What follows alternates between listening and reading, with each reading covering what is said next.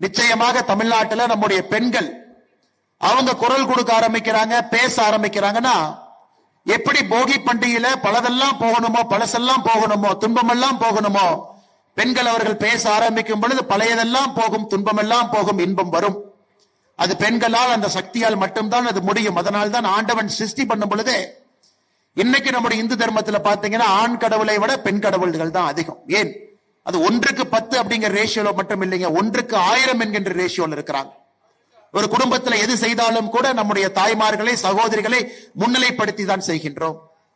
2 நாட்களுக்கு முன்பு தாராபுரம் பகுதியில் சங்கரனாம்பாளையம் என்கின்ற கிராமத்துல அந்த குளத்துல பிறக்கக்கூடிய முதல் பெண் குழந்தைக்கு ஒரு மரியாதை செய்கின்ற நிகழ்ச்சியில பங்கேற்றேன்.